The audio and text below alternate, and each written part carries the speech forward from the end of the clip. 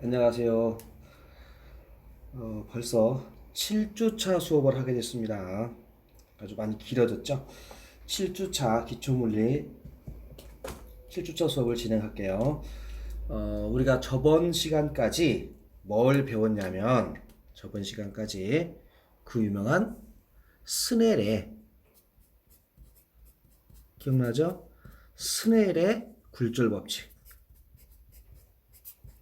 스넬의 굴절 법칙을 배웠어요. 스넬의 굴절 법칙. 여러 가지 걸 다 응용을 우리가 해봤습니다. 자, 오늘은 요거를 스넬의 굴절 법칙을 복습을 한 다음에 뭘 할 거냐면, 내부 전반사,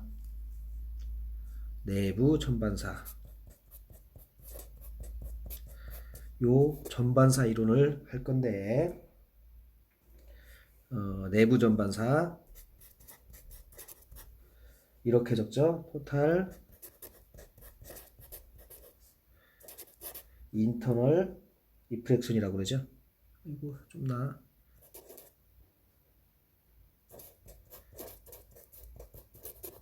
리프렉션.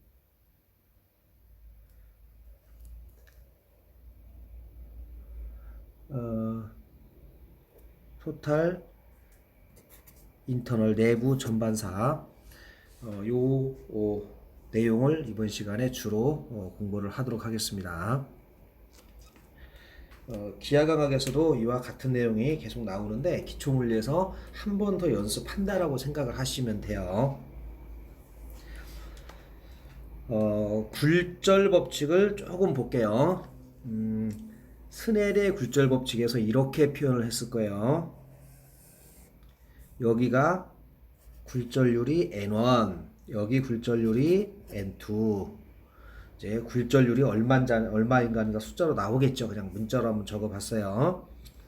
그랬을 때 일반적인 그림, 빛이 이렇게 와서 뭐 어떻게 굴절될지는 모르지만 이렇게 굴절됐다라고 한번 임의의 그림을 그려볼게요. 자, 이때 요 각이 이렇게 각을 재라고 그랬죠. 법선을 기준해서 항상 각을 측정할 때는 법선 기준 입사각을 세타 1이라고 할게요. 법선에서 이쪽으로 굴절됐죠. 굴절각을 세타 2라고 하면 되겠죠. 자, 다음에 여기 파장이, 자, 여기서 빛의 속도가 뭐 V1 파장은 람다 1. 여기서 빛의 속도를 V2, 파장을 람다 2. 이렇게. 자, 그런데 조심할 거. 여기서 진동수가 F면 여기서 진동수도 F죠. 진동수는 변하지 않는다. 자, 굴절을 우리가 연습을 많이 해봤으니까 매질에 따라서 빛의 속도가 달라지죠. 매질에 따라서, 매질이 다 굴절률이 다른 매질에 따라서 빛의 속도는 변해. 그리고 파장도 변해. 그런데 진동수는 변하지 않는다라고 그랬죠. 자, 절대 불변 진동수. 매질이 다르다. 빛의 속도의 차이도 날 수 있고 파장 차이가 나. 하지만 진동수는 변하지 않는다라고 우리가 연습을 많이 했을 거예요. 기억이 나겠죠? 진동수 변하면 안 돼. 자, 그러면 굴절 법칙을 이렇게 적으면 되겠네요. 굴절 법칙, 스넬의 굴절 법칙은 N1, 매질 1에서 굴절률 N1 사인 세타 1은 N2 사인 세타 2라고 적으면 되겠죠. 자, 요 상태에서 하나 모르는 걸 구할 수 있지 않겠냐, 이런 얘기를 했어요. 또 굴절률을 가지고 이렇게 적었어요. N1 V1은 매질 1에서 굴절률과 빛의 속도 N2 V2 이렇게 적어도 무방하다라고 그랬죠. 또 N1 람다 파장 람다 1은 N2 람다 2라고 적어도 되겠죠. 뭐 사인 세타 대신에 속도 또는 파장으로 바꿔도 동일한 식이 된다라고 했어요. 그래서 스넬의 굴절 법칙을 여러 형태로 적어줬습니다. 자, 그러면 계속 스넬의 굴절 법칙을 조금 복습을 해봅니다. 굴절률이 큰 매질이 있고 굴절률이 작은 매질이 있다라고 가정을 해봐요. 아무거나 반대로 봐도 괜찮고요. 그러면 만약에 굴절률이 2라고 해봐요. 여기는 굴절률이 1이라고 해봐요. 그럼 사인 세타 값이 여기가 1이면 여기는 2가 되죠.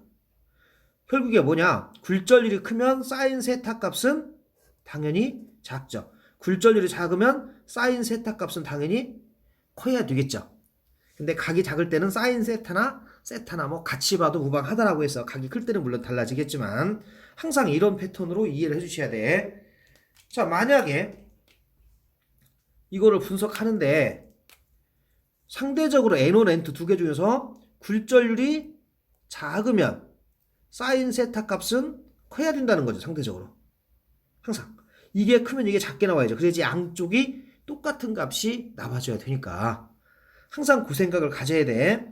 그럼 이런 그림 가지고 한번 생각을 해봐. 만약에 각이 이렇게 표시됐다라고 가정을 해봐요. 요 각이 세타 1이 크고 세타 2가 작아. 그러면 N1과 N2 누가 클까요? 굴절률은 N1이 클까? N2가 클까? 내가 보기에는 각이 크면 굴절률이 작고 각이 작은 놈이 굴절률이 커야 될 것 같아. 그래야 두 개 곱한 값이 똑같은 값이 나오겠죠. 물론 이 각은 사인 세타로 곱해주겠는데 0에서 90도까지는 사인 세타와 각에 따라서 사인 세타 값이 비례하기 때문에 뭐 그냥 같이 봐도 무방합니다. 사인의 값은 이렇게 적을 수 있는 거예요. 잘은 모르겠지만 대충 비교하는 거예요. 정확한 값은 계산기를 사용해서 또는 특수각의 경우는 그냥 우리가 할 수 있겠지만 당연히 이 정확한 값은 복잡하겠지만 대충을 알아보는 거야. 대충 한번 이제 대충을 알아봅니다. 대충 이렇게 놓고 한번 대충을 알아볼게요. 자, 이렇게 여기 굴절률이 1, 여기가 1.5라고 가정을 해봐요. 대충 봅니다. 법선 잡고 BC 이렇게 들어왔어요. 각이 얼마인지는 계산해봐야겠지만 대충 요게 입사각이죠. 그러면 요게 똑바로 간다고 해봐. 이렇게 그러면 이 BC 굴절이 돼서 여기서 1번이 맞을까? 둘 중에 하나 2번이 맞을까라고 생각을 해보는 거예요. 대충 비교해보는 거죠. 똑바로 가면 이 각과 이 각이 같겠죠. 점선은 위에 입사각과 굴절각이 같아야 돼. 근데 이거보다 각이 커질까 작아질까 하는 거죠. 당연히 각은 어떻게 따지기로 했어요? 각은 법선 기준 이렇게 따져야죠. 그러면 과연 1번이 맞을까 2번이 맞을까를 한번 생각을 해보자. 1 사인 세타 1.5 사인 세타죠. 맞아요. 그러면 이 값이 너보다 1하고 1.5니까 굴절률이 너보다 이게 크니까 각은 작아야죠. 그래서 2번이 맞겠죠. 되겠나요? 이렇게 오는 게 아니고 얘가 이쯤 오지 않냐. 이 정확한 각은 물론 계산해 봐야겠지만 모양을 따지는 거예요. 되겠습니까? 어느 방향으로 꺾일지는 금방 예측하죠. 뭘로? 굴절률 비교해서 굴절률이 크냐 작냐. 큰 매질이 있고 작은 매질이 있죠. 굴절률이 작은 매질은 각이 상대적으로 크고 굴절률이 큰 매질은 각이 작게 나와주면 되겠죠. 완벽하게 이해된다라고 믿어도 되겠죠. 자, 하나 더 해봐. 하나 더. 자, 이렇게 임의로 여기 굴절률이 1.3, 여기는 1.5라고 가정을 해봐요. 1.3, 1.5. 그냥 임의의 숫자입니다. 자, 빛이 이렇게 왔어. 이렇게. 그러면 점선은 똑바로 가는 걸 점선으로 잡고, 그러면 과연 굴절할 때 어떻게 꺾이겠냐? 한번 해봅니다. 아이고, 약해. 좀 진한 색으로. 이렇게 꺾이겠냐? 이렇게 꺾이겠냐? 결국에 이 각과 이 각을 이렇게 비교하자는 거죠. 비교해서 한번 따져보자. 아, 또 쓸데없는 비행기 모드를 또 안 해놨네 내가. 죄송합니다. 자, 당연히 우리가 연습했던 대로 당연히 굴절률이 너가 작으니까 너가 크니까 너는 각이 크고 너는 각이 작게 나와야죠. 그러니까 요게 아니고 요게 맞죠. 맞나요? 이렇게 오는 게 맞다라고 보이죠. 그래서 얘는 와서 이렇게 꺾이는 게 맞을 것 같다. 각이 작아지게 이렇게 이 각보다 작은 각으로 꺾여야죠. 자, 두 번째 그림 문제 없죠. 자, 하나 더 해봅니다. 대충 보기 대충. 지금은 대충 보기예요. 자, 이번에 각을 이렇게 줄게요. 빛이 여기를 얼마라고 할까요? 그냥 여기는 1이고 1.5라고 할게요. 어떻게 하든 다 우리는 그림을 그려낼 수가 있어요. 자, 이번에는 빛이 이렇게 갑니다. 이렇게 갈 수도 있죠. 이렇게 가요.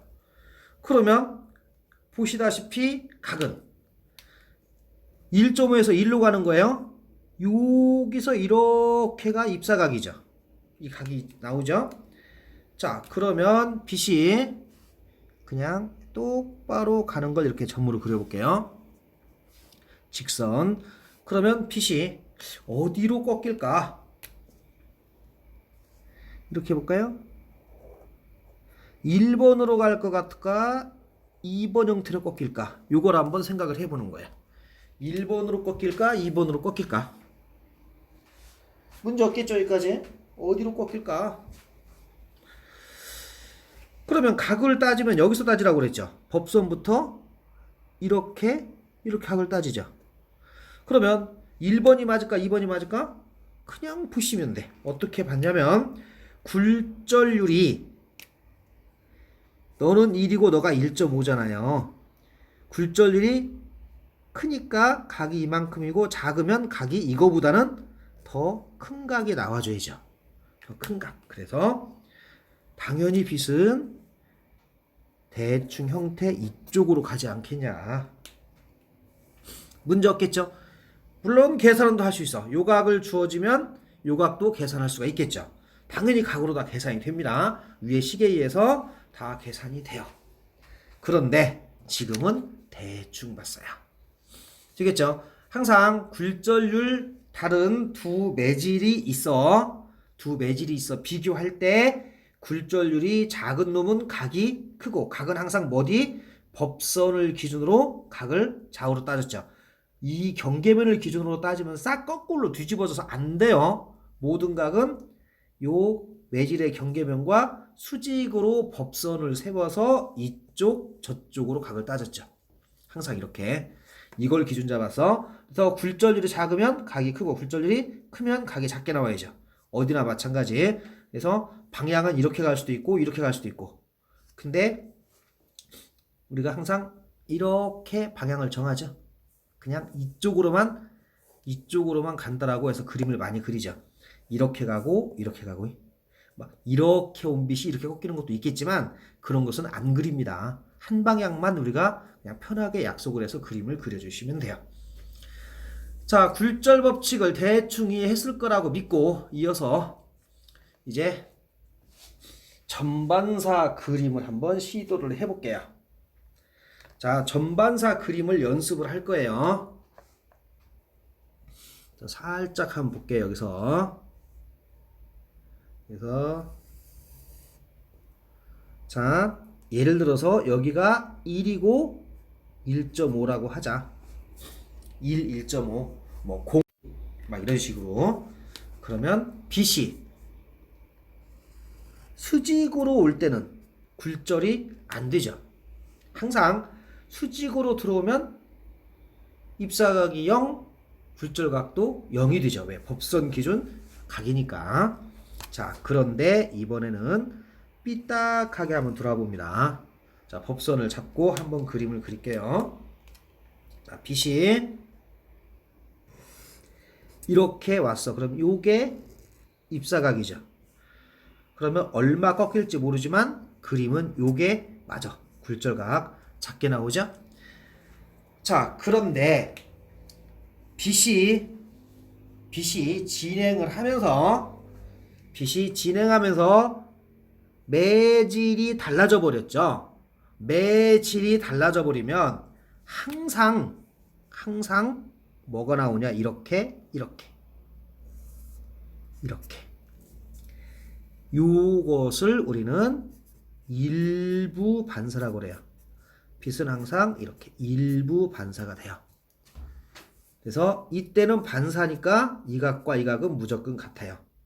이렇게 들어온 빛은 투가 된 빛. 투가 됐죠? 굴절돼서 투가 들어온 빛이고 얘는 일부 반사된 빛이죠. 항상 그림을 이렇게 그립니다. 근데 굴절을 설명할 때 이거를 많이 빼고 그래. 귀찮으니까. 근데 엄격히 말하면 있어요. 일부 반사는 항상 존재합니다. 우리가 거울은 빛을 거의 다 반사를 해서 우리 모습이 확실하게 잘 보이죠. 근데 유리창 같은 데 보면 내 얼굴이 살짝 또는 빛이 살짝 반사되는 경우 있죠. 그런 것도 일부 반사예요. 일부 반사. 뿐 아니라 휴대폰 화면도 보시면 일부 반사된 빛이 보이죠. 끄고 보면 살짝 내 얼굴도 살짝 보이는 거죠. 그래서 항상 일부 반사는 존재합니다. 예를 들어서 100%의 빛이 왔다. 뭐 95%가 들어갔으면 5%는 반사한다. 수직으로 보면 뭐 예를 들어서 뭐 100 중에서 96이 들어가고 4%가 반사한다. 뭐 이런 식으로. 그래서 나중에 반사율을 계산하는 식이 또 따로 있어요. 그래서 굴절율에 따라서 반사율이 몇 %인가를 계산할 수 있어. 그래서 우리는 이렇게 그림을 그렸어. 자, 일단 일부 반사 있고 굴절된 빛이 있다. 자, 각은 두 개 똑같고 너는 작아야죠. 왜? 굴절율이 크니까 각이 작게 나오는 게 인간적이죠. 맞아요. 자, 그러면 각을 좀 더 키워보자. 한번 키워볼게요. 각을 좀 더 키워봐. 만약에 빛이 이렇게 왔다. 그러면 요만큼이 입사각이죠. 그러니까 굴절각이 또 이렇게 굴절이 되겠죠. 또 살짝 이렇게 일부 반사가 나오겠죠. 자, 여기까지 문제 없어요. 좋아 여기까지. 만약에 각이 작아. 이 각이 작아. 입사각이 굉장히 작아. 빛이 살짝 이렇게 아예 쪼잔하게 이렇게 왔어. 이렇게 왔어. 그래도 어떻게 될까요? 이렇게 일부 반사가 되고 또 이렇게 굴절이 되겠죠. 이렇게 살짝. 이렇게 일부 반사도 있고 굴절이 있는 거예요. 자, 그러면 각을 여기서부터 입사각이 점점점 커진 거예요. 커졌는데 굴절각은 항상 이 각보다 작게 나오죠. 자, 입사각이 30도, 40도, 50도, 60도, 70도, 80도 계속 커져. 커지죠? 그러다가 여기까지가 90도니까 아주 뻥을 살짝 쳐볼게요. 이렇게 왔어. 입사각. 빛이 이렇게 왔어. 예를 들어서 89.99도로 왔어. 자, 그러면 이렇게 똑같은 각으로 반사해야죠. 그 다음에 굴절이 되겠죠. 이렇게 굴절이 되겠죠. 이렇게 상당히 난해하죠. 이제 자, 지금 봐요. 빛이 거의 90도로 근접해서 왔어요. 89.99도로 왔어. 그랬더니 89.99도로 반사해서 그 다음에 굴절을 이렇게 했어요. 여기까지. 굴절이 된 거죠, 이만큼. 굴절이 됐어. 굴절이. 근데 문제예요. 당연히 이 각이 얼마라고 하고 굴절이 나오면 이 각이 얼마인지를 계산기를 통해서 계산할 수 있죠. 우리는 굴절 법칙을 잘 알고 있으니까. 자, 문제 없죠? 자, 그러면 어떤 생각을 하냐면 입사각이 0에서 90도 가까이 왔을 때 이쪽으로 왔어. 그러면 0에서 이만큼까지. 이게 굴절된 빛이 올 수 있는 곳이죠. 그러면 여기로는 절대로 빛이 못 오죠. 여기까지는 빛이 올 수가 없는 거예요. 그래서 자, 지금 뭐라고 이제 표현할 거냐면 빛의 속도가 빠른 매질에서 빛의 속도가 느린 매질, 이렇게 빠른 매질, 느린 매질, 또는 굴절률이 작은 매질에서 굴절률이 큰 매질로 빛이 오는 거예요. 1에서 1.5로 오는 거예요. 예를 들어서 공기에서 유리로 오는 거예요. 그럴 때는 무조건 굴절과 일부 반사가 항상 존재하죠. 왜냐하면 각이 입사각보다 굴절각이 작아야 되고 반사는 입사각, 반사각 똑같이 나와야 되니까. 그래서 항상 굴절과 항상 일부 반사가 되죠. 문제 없죠? 항상 굴절, 항상 일부 반사. 이게 전부 다예요. 이게 규칙이에요, 규칙. 자, 그러면 이번에는 빛을 거꾸로 보내보자. 자, 그림을 비교하기 위해서 그냥 같이 그릴게요. 여기가 1.5인데 거꾸로 보내? 수직으로 보내면 아무 문제가 없죠. 수직으로 보냈어? 아무 문제 없어. 자, 그런데 이번에는 자, 법선을 그리고 빛을 이렇게 보내볼게요. 빛을 이렇게. 자, 1.5에서 1로 유리에서 공기로 빛을 보내보는 거예요. 그럼 요게 입사각. 그 다음에 이거는 뭘까? 이쪽으로 나온 게 두 개 각은 똑같아야죠. 이게 이렇게 나온 너가 일부 반사가 되고, 자, 각을 볼까요? 얘는 이렇게 되겠네. 이렇게. 요게 굴절이 되겠죠. 자, 보였죠? 일부 반사 굴절이 보였어. 문제 없죠? 여기까지? 자, 각을 비교하면 당연히 이 각보다 이 각이 크게 나와야죠. 맞아요. 입사각이, 이번엔 이게 입사각, 이게 굴절각, 입사각, 반사각. 너는 반사각, 입사각, 굴절각, 이게 반사각이 되겠죠? 너네들은 무조건 같은 거고 각이 크게 나와줘야 돼. 왜? 굴절률이 1.5고 너는 1이니까 작은 쪽에서 각이 크게 나와야 돼. 그래야지 사인 세타 값이 커지니까. 자, 여기까지 아무 그림에 문제가 없죠. 아무 문제가 없어요. 그러면 각을 조금 더 변화시켜줍니다. 각을 조금 더 크게, 아주 흐리게 살짝 해볼게요. 각을 조금 더 크게. 그러면 얘도 이런 식으로, 얘도 이런 식으로 나오겠죠. 조금 더 크게 해보니까. 자, 문제 없죠? 각을 조금 더 크게 점선으로 그려볼까요? 조금 더 크게 이렇게 빛이 오면 이렇게 갈 것이고, 반사도 이렇게 갈 것이고. 항상 이쪽보다 이쪽 각이 크죠? 자, 너를 점점점 크게 했어. 문제 없죠? 점점점 크게. 자, 조금 더 크게. 조금 더 크게. 조금 더 크게 했더니 글쎄, 별일. 이게 올라갔으니까 조금 내려와야죠. 이렇게. 그 다음에 얘도 이렇게 가는 거예요. 자, 조금 더 크게 한 거지. 조금 더 크게. 요거 문제일세. 왜 문제인가 봐요.